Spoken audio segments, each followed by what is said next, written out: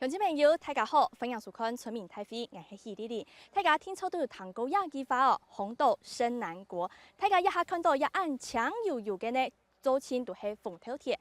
乡亲感知，全台湾呢有800客家的风头诶，都是对高频天气来的。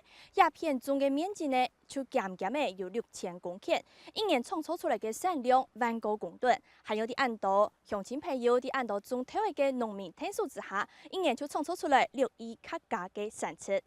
讲到一个风头的呢，大家接上都是食甜的。不过要按当年的风头甜地度呢，就逼出来青太旁的事情，也跳来面是很用的呢。今日村民太妃就特别来到亚洲的那下杯，有请来青岛的乡亲朋友，其中当然是种风头的，还有现场没有公部门的来宾，为了大家共下来讨论一件事情的跳来面是，要请电视机头前的乡亲共下来关心。开会了！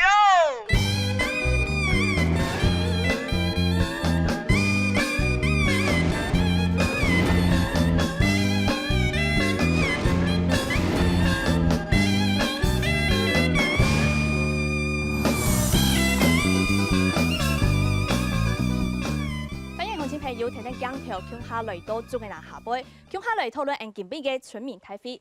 家下就有讲到哦，今日来到一个风头嘅太本人呢，其实高频天气鸦片种嘅面积就有减减嘅6000公顷按度，一年嘅产量呢1高公吨，实在是10万多哦。先来为大家小给今日嘅现场特别来宾。第一位呢，先为大家介绍的是在我左手边的万丹乡农会总干事张之烈，张总干事你好。各位乡亲大家好。你好，3号来是高雄农改场的科长周科长也来到现场。各位乡亲大家好。在我右手边的第一位是屏东县政府农业处的姚处长，你好。各位乡亲大家好。你好哦。还有3号来是屏科大野生动物保育研究所的孙教授，孙教授也来到现场。各位乡亲大家好。刚才有讲到哦，一个种植的面积10万多，还有按照一个范围呢缩小来看一下。其实说到这个红豆哦，大家一定都知道说它是从高屏地区来的最多。还有呢，说到红豆，其实万丹的名气绝对是最响的。今天我们也特别来到这个万丹这边哦。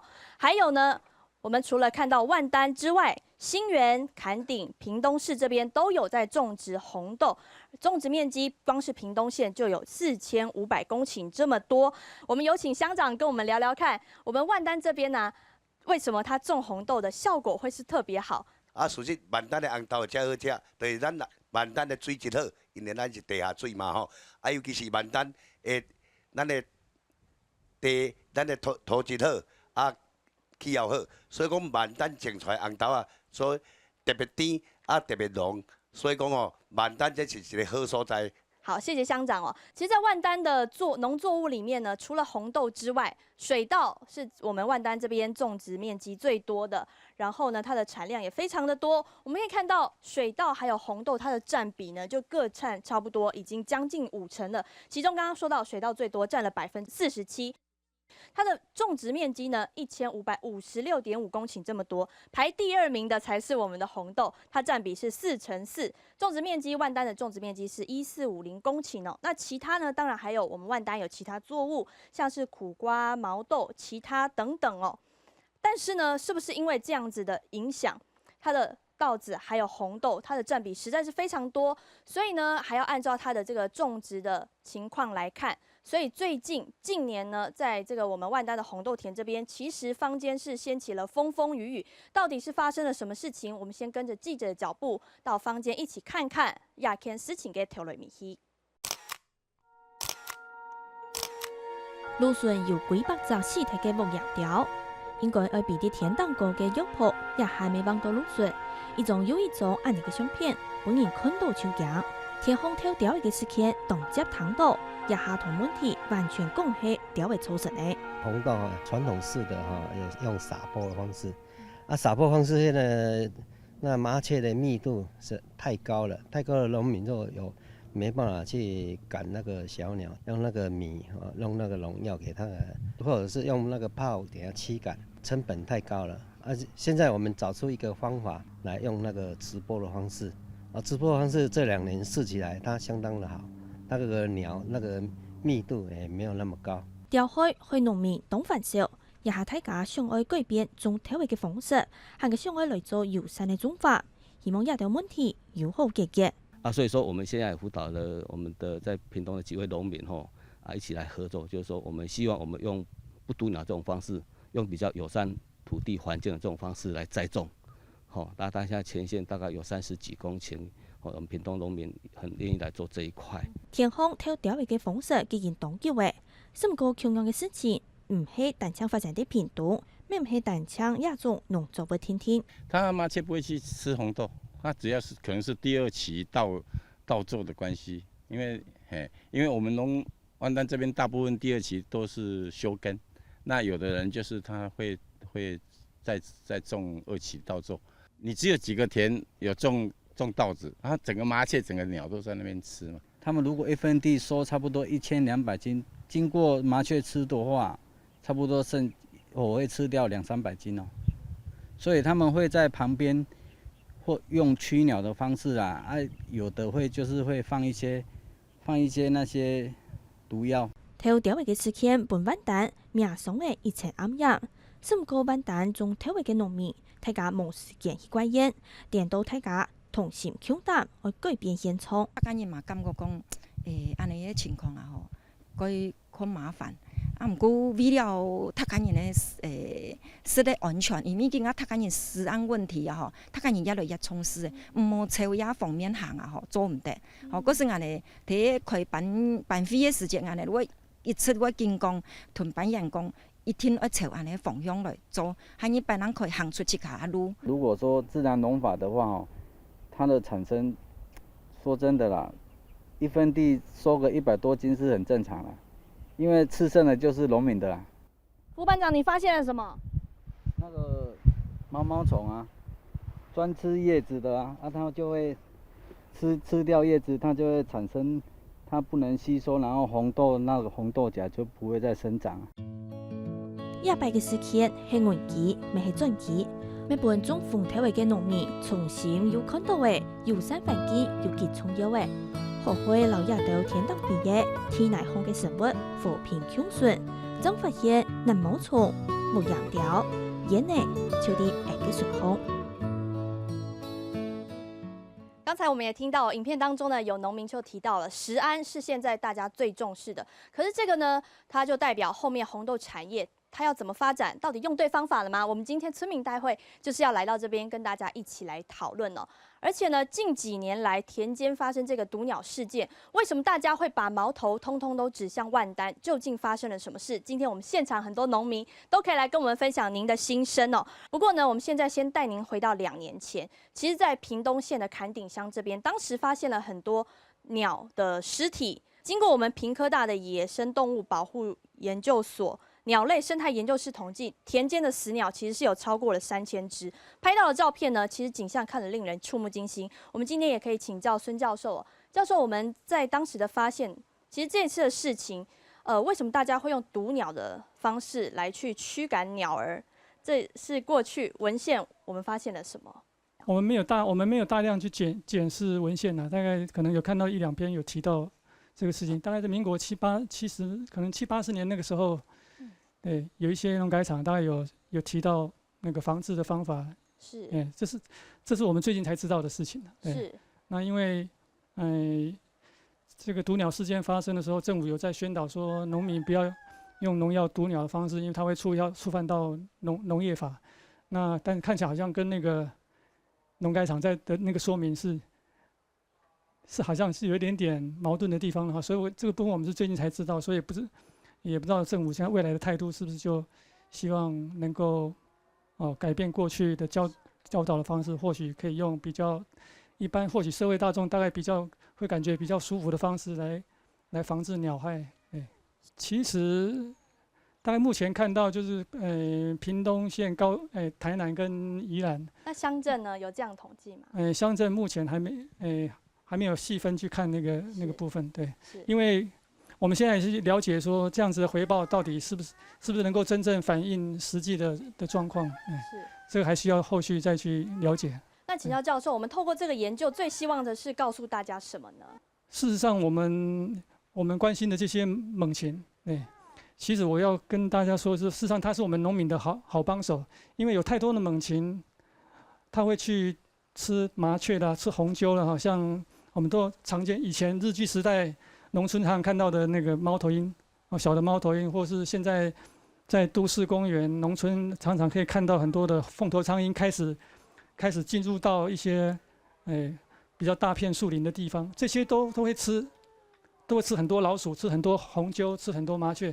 因为过去的环境让这些老鼠还有麻雀的天敌可以生活在我们的农村地带，可以帮我们农民去平衡，让这些数量不要太多啊。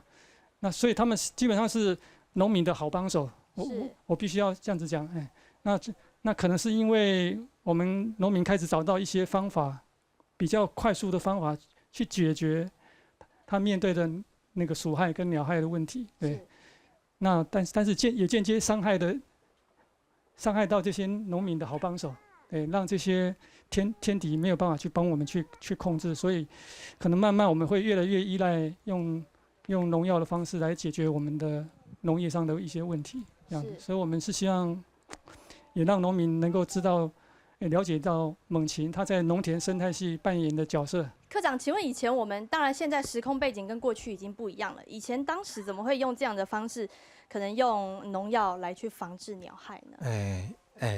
刚才孙教授讲的，因为我不知道他在哪里找到的文献啊。是。那至少从我88年到我们改良场负责红豆，然后92年才转到毛豆。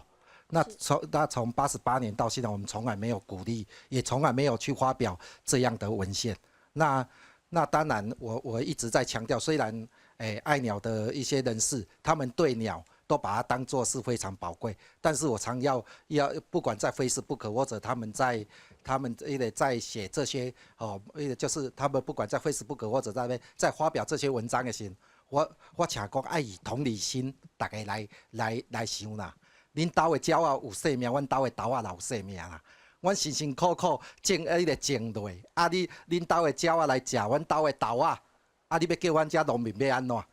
实际上尤其红豆会比较就是被受到这样的报道，那主要是安的红豆是种伫安基族的水稻以后，所以迄阵大部分的水稻拢收完啊，煞变鸟仔无物件通去食，伊就绝对就是来食豆仔嘛。不只讲红豆、毛豆，其实伊麻雀足侪伊拢逐项拢食，对，逐项拢食。其实农民伊若用足侪种方式来赶，唔管是用彩带、用炮，用迄个稻草人，都用一寡迄个很多方式都有。可是因为密度太高了嘛，你根本就无办法。无办法，当然这阵有一寡友善的，按讲友善的耕作，所以农民就不得不野较济。反正对，食剩的就变咱农民嘞。问题安尼问题就是讲，鸟仔伊毋是讲逐地拢甲伊食甲足平均，逐个野落变野甲伤过济的时阵，鸟仔都无来甲你食，你即地会变成密度伤过悬，伤过悬就土长了，小可做一个大雨一个大风，就看到这红豆倒一片。豆仔，逐个农民拢当做家己的囝咧栽培，定仔你想讲恁囝，等啊互迄个互欺负，就还袂大起来，打迄个抱落尔，你就甲食甲拢空，因绝对会足心酸的。科长，你刚刚也提到啊，其实这个鸟它不只是吃红豆，它可能会吃很多。刚才很多农民也有提到啊，其实玉米田，然后还有稻田、红豆田，甚至处长也跟我说凤梨田也有，这些呢都其实会受到鸟害的影响。我们就从这张照片来看好了，这是一个玉米田。那这次的事情是不是因为这样子呢？我们看到前面这边有很多谷粒，就是被有一些部分的人士，他可能把这些谷粒拿去做其他的用途，不是这么正确的。然后呢，他想要用这样子来去吸引麻雀来吃，结果呢，麻雀吃下去了。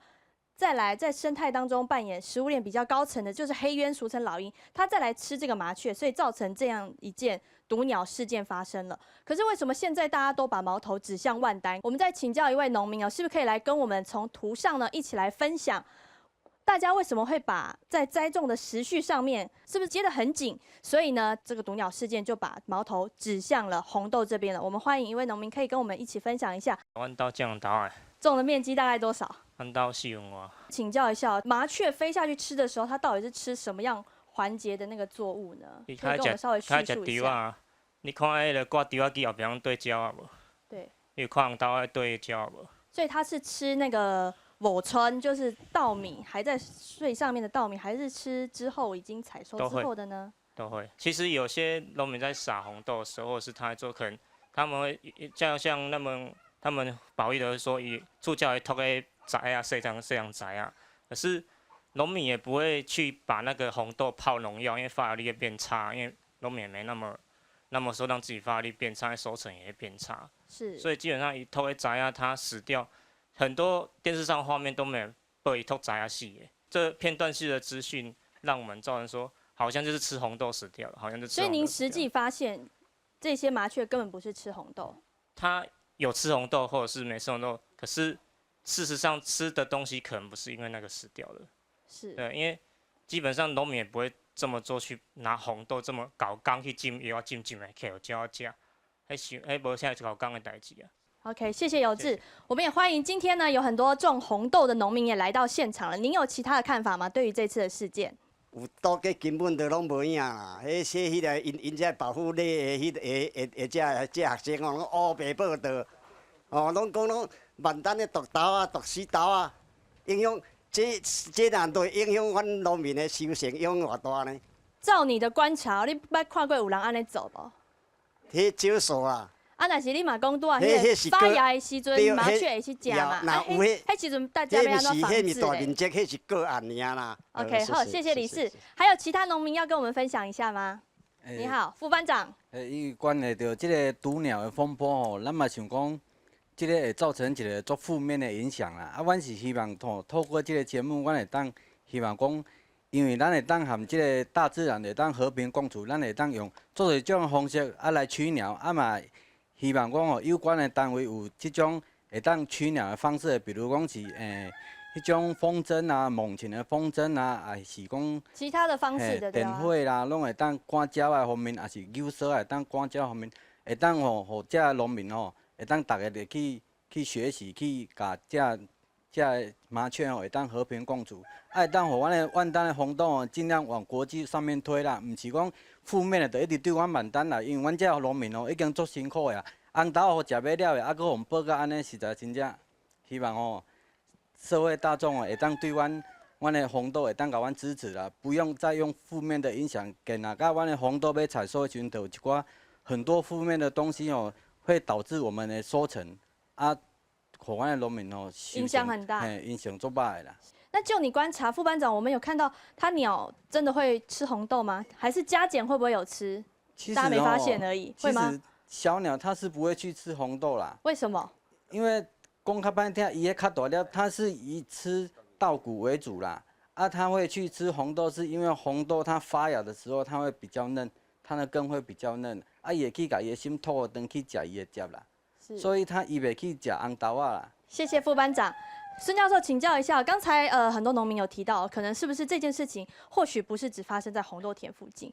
这个报道基本上不是我们那个手上的学生发出去的啊，是因为记者他们在网络上面看到一些新闻之后，他们做的片段的报道。那这个部分的确造成万丹乡对红豆农民的伤害，我也觉得。蛮抱歉的哈，对，这是我要先跟各位乡亲说声抱歉的。其实我们最近的资料，大概我们从各地捡到很多猛禽的尸体啊，做了一些检验啊，发现事实上，老鼠药的问题比农药的问题来得严重一些。为什么呢？因为我们目前看到，就是猛禽如果比较容易会受害的话，是有人刻意去用家宝壶去掺稻谷来去杀鸟，这种的现象是比较会影响到猛禽，因为它浓度很高。那目前看到，如果只是喷洒，然后不小心沾到的那个部分，大概对猛禽的影响还没有那么高。对，那如果毒鸟只是一个一些少数的个体的一些农民的一些做法的话，那它的影响，目前我们看到是没有像毒老鼠这么严重。是，所以最严重的其实是老鼠药的问题。目前看到的情形是老鼠药的问题，大概捡到的猛禽，它差不多有1/10大概都是跟老鼠药有关系。OK， 谢谢教授哦。我们先暂时放下这一期因为鸟害所造成的这些纷纷扰扰。刚才很多农民呢也提到，在田间其实有很多驱鸟的方式，我们一起来去看看。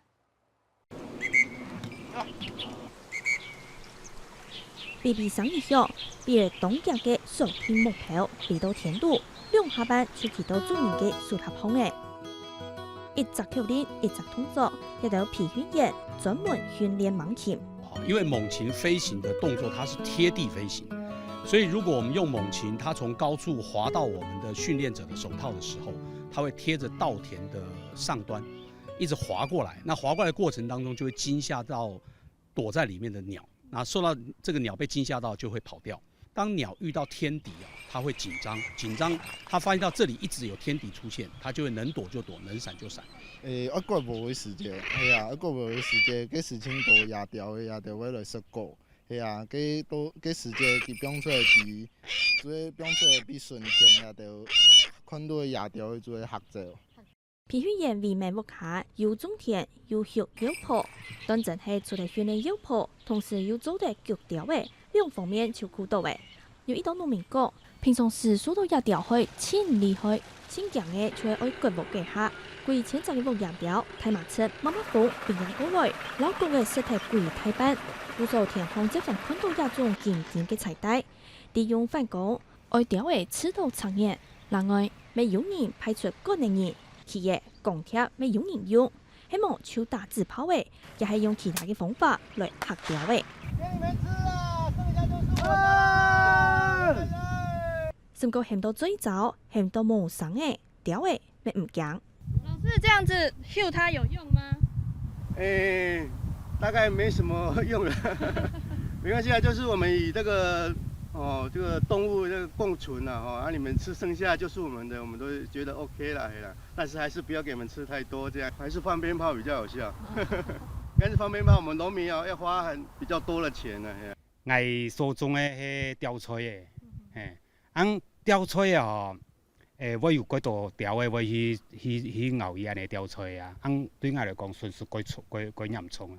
我都有想一個方法，種一排陳米香啊，吊嘅啊，伊都可以設一陳米香，吃樣嘅安尼吊出來啊，都唔好意思的呀，所以啊，我因為冇需要去偷吊的呀。我們現在開始在做推廣，那我們都是希望說免費的，只要有朋友幫忙介紹，我們都願意來幫忙這個試一下。他覺得如果有效果，我們希望未來在台灣整個的農業啊，能夠用最自然的方式來做這個防止鳥害的動作，這樣子。用心顧好農作物，大家各有方法，好方法係唔會少喎。剛才影片當中好多趕鳥的 pebble 哦，就差不多是用稻草人、旗子、光碟、鞭炮、彩帶。剛才農民也分享了很多這樣的方法，請教處長啊，你說自己也是農家出身的，你家種什麼也會遇到這樣的狀況，鳥害嗎？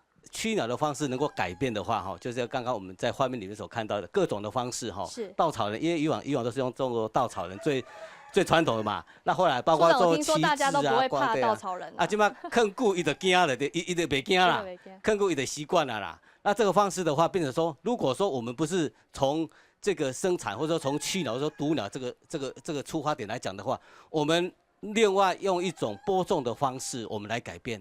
所以說，我們這次有跟幾個農民這樣子一個發想一個想法，就是說，如果我們改變栽種的方式，較早咱咧種豆啊，就是講吼，咱的迄個鋰作料，攏差不多攏是到迄個9月底10月初就開始咧種豆啊嘛吼，咱較早咧種的時陣攏是用壓的啦吼，撒播這樣子，撒播的方式，然後再用這個耕耘機把這個覆蓋一層的土壤哈，那可能那個小鳥可能一動，因為鳥有當時些喙攏會尖尖，伊就遐咧咬起來，你就是那個爪子，挖出來，對，就挖出來。我們利用另外一種方式，就是說我們現在有幾個農民，他們說改用這種聲波式的，就是說我們不是直接就撒在土壤裡面，我們就是用聲波式，讓鳥它根本就沒辦法去啄食，根本不要去挑食，根本不要去把土翻出來。也許這樣的方式成功的話，我們也會來陸續來推廣，讓大家來試用。OK， 謝謝處長。請教我們農民，處長剛才說的這種改變播種的方式，大家認為做得到嗎？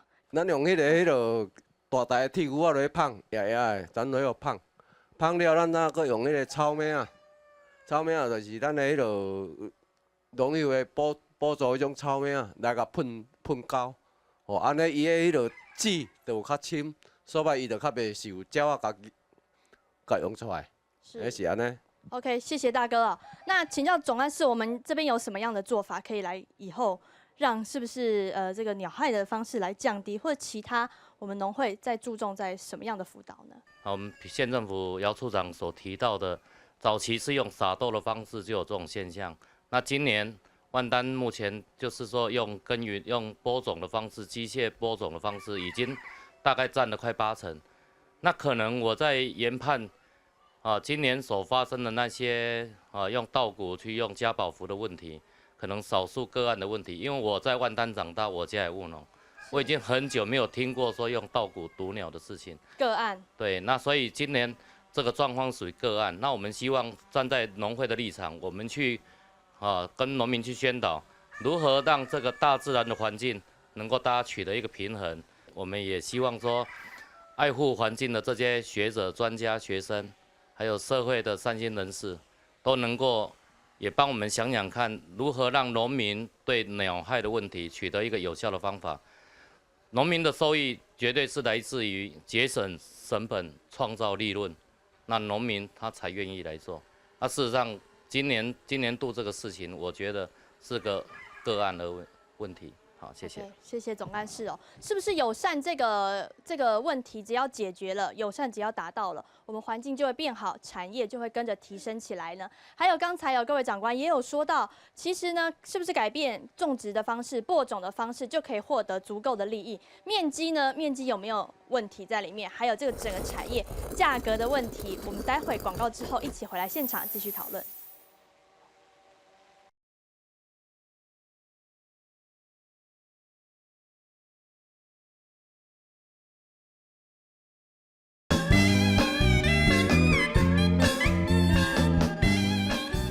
继续转到节目嘅现场哦，现亚下呢有乡亲朋友可以试吃凤头饼了。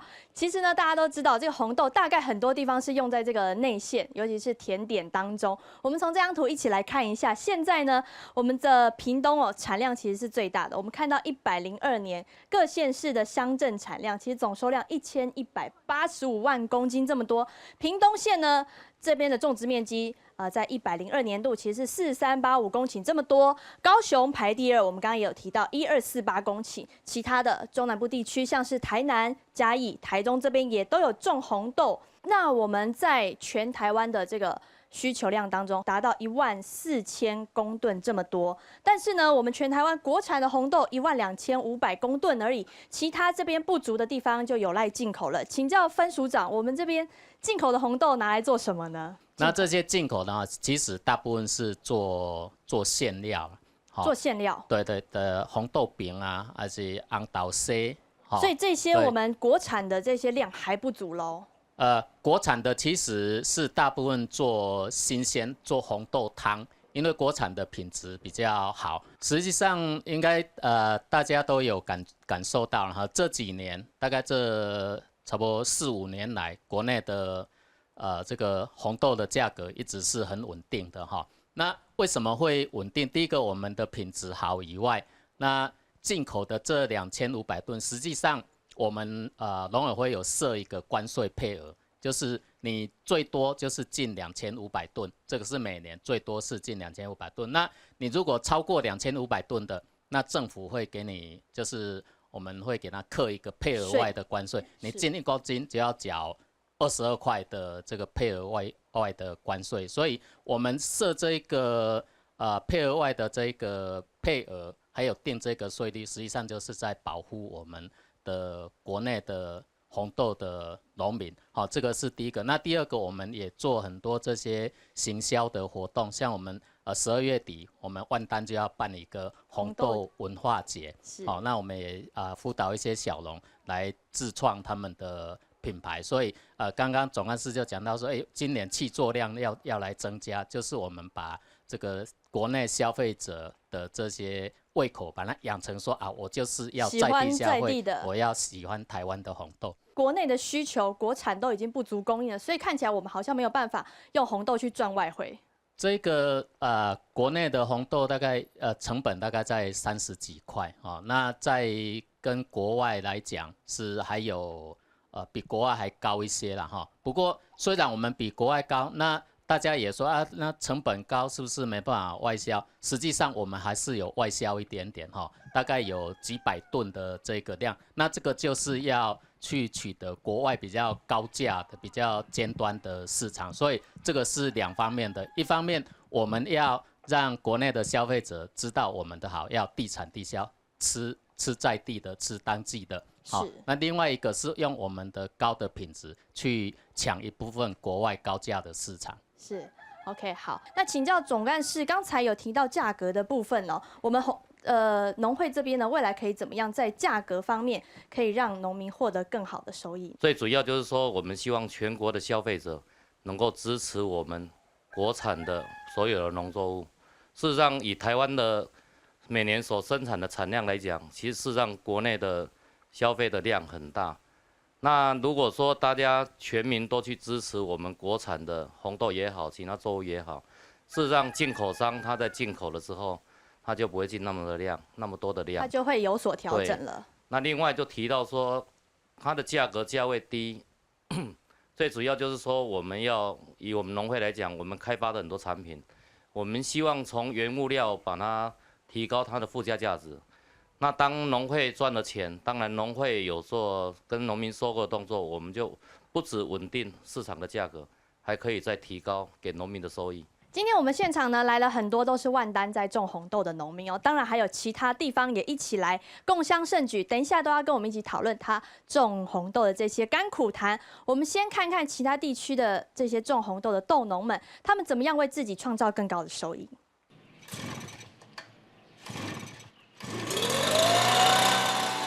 天公诶，对恩苗来讲，当然冇做绑阿吉就显起顺天，也下冇做头前也打风头天，还强有诶。不过冬假高天嘅正日咧就有好数诶，到时就会去大家不动其他嘅气氛。这一区田在1月25号会有10个欧巴桑来帮忙采收，然后到时候就会发现说，欧巴桑他们互相会有争执啊，然后互相会有竞争。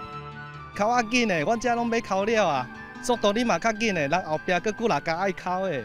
我们自产自销人工采收的面积比较多。也打风头天，13年向下来數，一批開始，13年1夜無限7點鐘，13年向下邊，今年就用踢21點鐘，每張只踢1分天，而苗有6分天，也時間就會再高加6批，然後其他各項農法比起來，都數成幾下落入至盤下去，但也被走誒。其實就做在田地去數，而數1分天，差不多搶20分鐘。第一點就是說，我們比較早停止農藥的使用，我們大概在花期、尾期，就是說採收前1個半月，我們就停止農藥的使用。然後就是因為說我們的小朋友那時候，我們小朋友在吃紅豆，有很多人就是希望說，他們要我生產就是完全沒有顧慮的產品。既然我已經停藥1個半月，何不我後面就不要再用？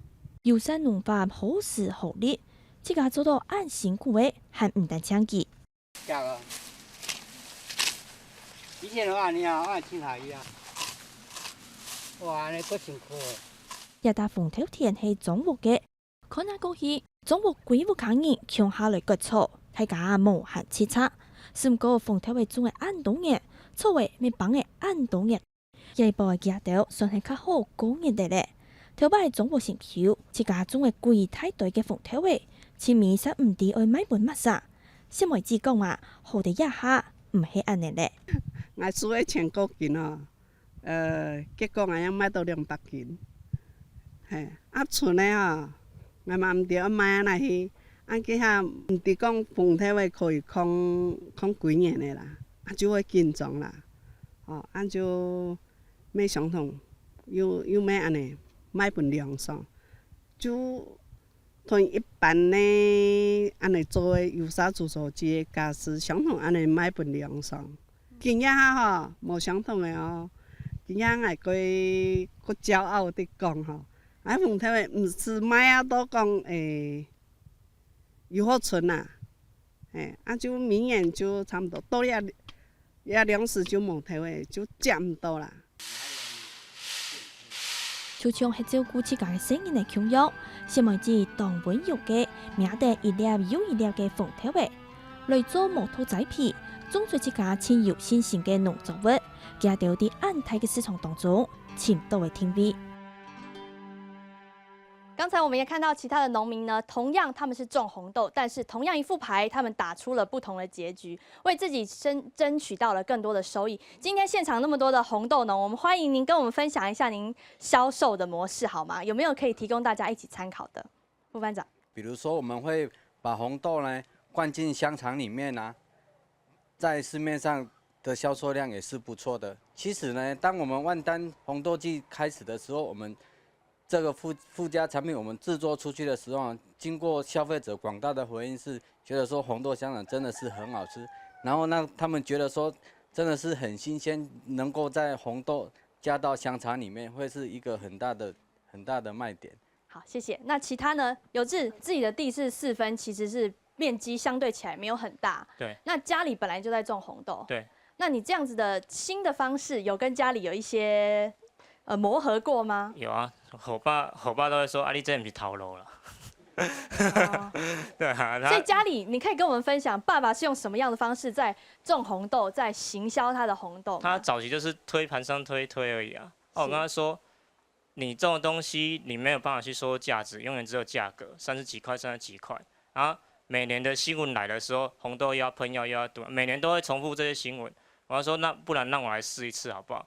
他当然是跟我冲突了，然后就跟他说，不然我多3块跟你收好不好？爸爸的规模多大？爸爸大概2分多吧，然后爸爸就把这个消息把旁边的农田全部都讲了，旁边农田整串就说，有质量多3块，全部都交给你好不好？然后其实这会有共伴效应的存在。是。然后我跟他说，你的用药跟什么跟那个全部都要一直提升，然后再来是你落叶剂绝对不能用，你用我就不收，然后你的尿素也都不能用。结果可以造成一些影响。会啊，他们其实看到你在销售或什么时候，他们会觉得说对环境好，又对他自己土地好。啊，讲买伊升一罐农药，转药伊嘛是好啊，伊升买一个杀草这个钱啊。哦，也是可以省到这些成本。它多了3块，其实都是共好的。OK， 好，谢谢有志哦。刚才也提到呢，大家都知道这个食安越来越重要了，所以呢，红豆要怎么样再去加强它的红豆食安？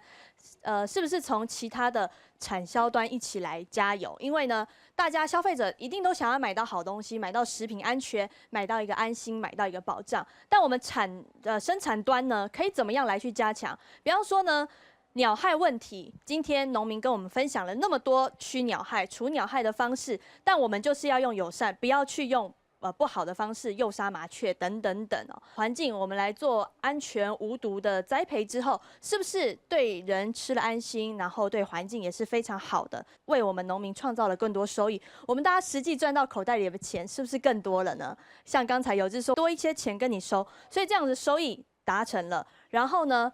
实际上要做到这个规范，它有什么样的游戏规则？我们是不是做到之后，才是可以真正提升这整个产业关联的一个部分呢？请教一下分署长哦，我们现在的价格机制，目前来说，您觉得它现在已经健全了吗？还是有在加强的地方？这几年我们想要让农民的收益更增加，那我们有几个做法哈。第一个，除了说把辅导万丹办红豆节，让这个名气让大家知道，要吃红豆就是要选我们屏东的，好，这个是第一个。那第二个，要让消费者来选国产的，那我们品质要好，所以我们辅导农会，还有产地的农民团体，我们让农会的这些采收后之后的这些冷藏库或是选别机，这些后端的处理，把它处理好。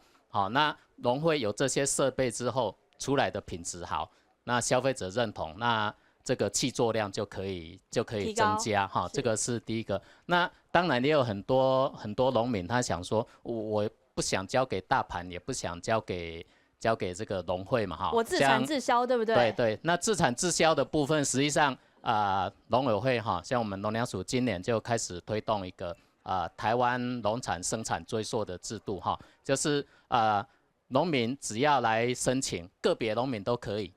个别农民都可以，像有志这个种2分地、3分地的都可以来申请。那申请之后，我们审查你确实有种这个红豆，有种这个农产品，我们就会一个 QR code 给你。那 QR code 消费者一读到你的 QR code， 他就知道你是谁。好，那在这个系统上面，消费者也可以知道，哇，他这个是怎么生产的？是谁生产的？他的农地在哪里？他经营的理念是什么？这样子无形中它的价值就提高，那消费者也很安心，他知道我知道这个东西是怎么生产出来的，是谁生产的。OK， 所以这个规模大小就是以后都还可以谈，不一定要很大规模才有生存的机会。OK， 那这个是不是刚才提到这个规模的大小？所以这个机械化时代来临之后，是不是又衍生了其他一个问题，就是这个除草剂到底要不要喷呢？刚才有农民也有提到，他可以用这样子当成条件交换的方式来取得更好的，为自己取得更好的收益哦。我们请教农民一下，您实际机械化跟这个除草剂，它是不是会有相关的关系在？我现在目前我的田内田里面是不喷除草剂，因为我的机械化使得我不用使用除草剂就可以完成除草的动作，因为我后面有买一台异影机，然后异影机你自己拥有异影机的话，基本上你看到草就异影机开着去把草打掉，你不会再想要去除草，不会再想要去喷除草剂。然后慢慢说，因为我后面去考取农药牌，然后针对农药方面我有稍微去研究一下，就是说为什么我们的东西老是说，咱讲大家咧布稻啊无，你有感觉讲，你扫这做较重的，你有发觉讲，遐稻啊拢无啥营养，就咱讲袂大啊，袂收肥啊，买死唔动坏安尼啊，迄其实拢是杀草剂残留的问题啊，因为你厝伤重。我即马就是用异影机去芳残，去甲遐草芳掉。看有草的异影机开也去芳，即马造就一个好处，就是我土壤里面的微生物菌比较丰富，然后比较好种东西。OK， 好，谢谢安茂，这是安茂的经验了。那其他大哥可以跟我们分享一下您种植的方式。因为以我来讲，我所种的大部分是自然落叶，我介无爱除杀草剂。为什么我还不爱除杀草剂？应消费者的要求。但是我若无除杀草剂的话啊，咁咪就麻烦我的成本较悬。咱的红豆啊，若有90%的常识啊，你若来除杀草剂，依照咱改良场所推荐的用药量啊，绝对不成问题啦。安怎讲不成问题？咱每一个人，咱若是讲穿一领雨衣，咱的红豆啊，恁甲看，是毋是有穿一领雨衣无？伊的豆荚了。伊的豆荚就是雨衣。咱即个豆叶内底，佫有一个保护膜，薄的保护膜。你落，除了你厝内，若是有落雨以外，我毋敢讲啊。若是无落雨的话，完全不成问题啦。对这杀草剂，对咱人的安全绝对无免考虑就对啦，绝对安全的。好。科长，请教，假如说除草剂真的不用的话，它或许对于这个作物没有什么太大影响，那对于环境呢？其实伊对环境的影响，你按照阮迄个阮规个就是防那个阮农委会的规定，你喷的时阵，按照200杯落加稀释，怪你加保持7天以后加采收，伊对环境。是袂有啥物迄个无影响着，因为阮做过到第3天，伊就会使降到按迄个农许量以下，而且阮都甲控制到第7天。即阵农民较大的问题是，因的倍数拢甲增加，拢甲增加的话，你就变成伊的消退的时间就会增加，所以就会有影响到遮的问题。其实对环境迄个，因为巴拉益是人做过的试验，伊对环境是足友善的，在土壤中的分解非常的快。是OK， 谢谢科长哦。对于这个除草剂呢，巴拉益，这是这个我们农改场的说法，可是它呢实际用不用，好像对于这个消费者他的信任度，还有对于其实我们农民他的选择度上面是有差的。还有其他的农民可以跟我们分享一下，还对于这个红豆产业，想要分享您的什么样的看法吗？事实上啦吼，咧红豆啊，就爱伊若是有迄落有结痂吼，伊就较会焦啦。啊，但是你咧无厝这个插头针哦，因为伊个果吼，你加豆机咧加会出汁出来啦。所以，咱万丹农会校有叫改农场的农业博士，伊个讲解伊讲200杯互你出，这保证无代志吼，这爱互大家有信心啦。谢谢这位大哥。还有其他对于在你种植的时候，比方说大家最 care 的是什么吗？因为咱迄个红豆吼，差不多头变迄落算第2变叶仔，就是伫咱迄个种落，到要开头变花，差不多伫咧30天至35天，吼，这就爱开始除咱的刺尾啊。刺尾。呀，啊，你若即个刺尾，差不多正常，差不多一礼拜至迄落9天左右，这芳个爱出一变叶仔，因为你若无迄个刺尾入去，就是咱无法度调节。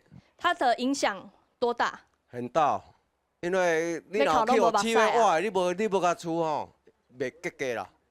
哦，咱的花会有迄个刺尾食了的。安尼。哦，啊，所以你的影响差不多有占到一半以上啦。是。哦，若有刺尾起来啦，哦，我咧讲的迄落，所以这叶仔你讲无爱除，敢若这刺尾你就挡袂掉。是。好，谢谢大哥。大哥说那个刺马不除呢，不用药的话，好像真的没有办法。来看看这个大家豆农的心头大患，真的是闻之色变。你看它这样一朵花上面呢，这个刺马真的非常的小，差不多0.5到5公里而已哦。但是呢，对于这个用药的防治，明年开始这样子的芬普尼水旋剂，明年开始就要禁止使用了。请教科长来做更深入的说明好吗？因为芬普尼这支药啊吼，因为伊的迄个安全容许量，伫卫福部定甲足低啦，伊是0.002啦，所以只要农民小可用的，无小心就足够超标了，足够超标啊！所以这支药啊，阮迄阵阮就讲甲建议讲，这支药啊，你既然要定价低吼，应该就爱甲取消掉啦。那其实。伫今年的时阵，阮trotro对这也足重视，所以阮迄阵阮就直咧参阮迄个无环境局遐咧做一寡沟通，所以因伫后壁的时阵，因就公告着迄个无两支药啊，哦一支斯诺沙。哦，一支斯诺沙你会使使用，替代用药的。对，伊若是咧防治迄个无迄种迄个刺尾。吼，过来，伊倒迄个倒有防，因为阮迄阵阮若有讲，安尼你倒会使用迄个避芬林啊，迄个布灰霜，避芬林倒布灰霜，迄阵当然按种豆仔时阵，伊迄阵虽然未付广告，问题伊本来就伫，伊是咧防治其他的迄个虫类的，问题伊伫卫福部的安全容许量内底，伊内底就规定容许量。哦，这几支药啊，包括迄个避芬林跟迄个无迄种迄个布灰霜，在伫最近的迄个咨议会，农药的咨议会已经拢通过啊。伫明年，即阵就等迄个无迄种按环境局迄边遐公告，伫明年的时阵，即几支药啊，拢会使用伫防治刺尾即部分。所以其实红豆即部分的话，未来伊的药啊，伫刺尾遮就有4-5支药会使用。所以是免惊讲，迄个无药啊，人好用啦。当然刺尾真正是足歹防治啦。伊对开花到幼芽啊时阵，拢会甲你定啊。大家最害怕这个刺马，科长也说，这个农民也说，真的是太难防治了。请教总干事，我们未来在这个农会的契作计划里面，对于用药有没有更高的要求呢？我们还有一个专门的红豆用药的一个专区。用药专区是什么？对，所谓用药专区就是针对红豆这个豆类，它只能在国家允许范围内的使用的农药，只能在这里买。如果我们的农民到我们的农药部门去购买不是红豆专用区的用药，我们都要登记。所以另外我们在契作户的部分，我们也做了一个安全用药的记录簿。我们的契作户农民到农会来买农药，我们一定承办人员会记录他买什么药，还要签名，否则的话，到了收购期间，如果没有来这边买农药，我们就不予收购，不以契作价格收购。所以这是用药方面的追踪哦。刚才农民也提到，实在这个刺马不防不行，但是对消费者来说，他又很希望完全不要有用药。这两者产销之间呢，该怎么样取得一个平衡？这或许跟产业结构也有关系。最后，我们请处长为我们做最后的补充。那个我们红豆在屏东是非常重要一个产业哈，那将近有8、9成都在我们屏东市，这个主要是产区在这边哈。那当然，刚刚讲了很多在生产方面的一个辅导哈，那我们当然就是鼓励农民你继续用这种一定要符合这个农药规定这个药剂来使用。当然，整个在生产过程中，我们希望辅导到农民说，你生产这东西完全是品质高的。当然是后续的部分，我们协助他能够来卖到一个好的价钱哈。那将来我们屏东，我们不管万丹或是哪里的红豆，我们屏东所有的红豆其实都是品质最好的，也欢迎所有的消费者来采购来使用我们的屏东红豆。好，谢谢处长。今天也感谢大家一起来参加哦。产销每个环节环环相扣，你知道了吗？而且呢，你在消费者在追求这么样多的食安上面呢，大家的心声你有没有听到的？只要是你大家做的上困啊，你想要用摕几多钱来买一个风头的买你呀，16几个东西呢？涉案善销方面，值得大家好好的去思考看啊。今日非常感谢安道乡亲今日强下来参加，要请你下个礼拜继续收听一个村民台币。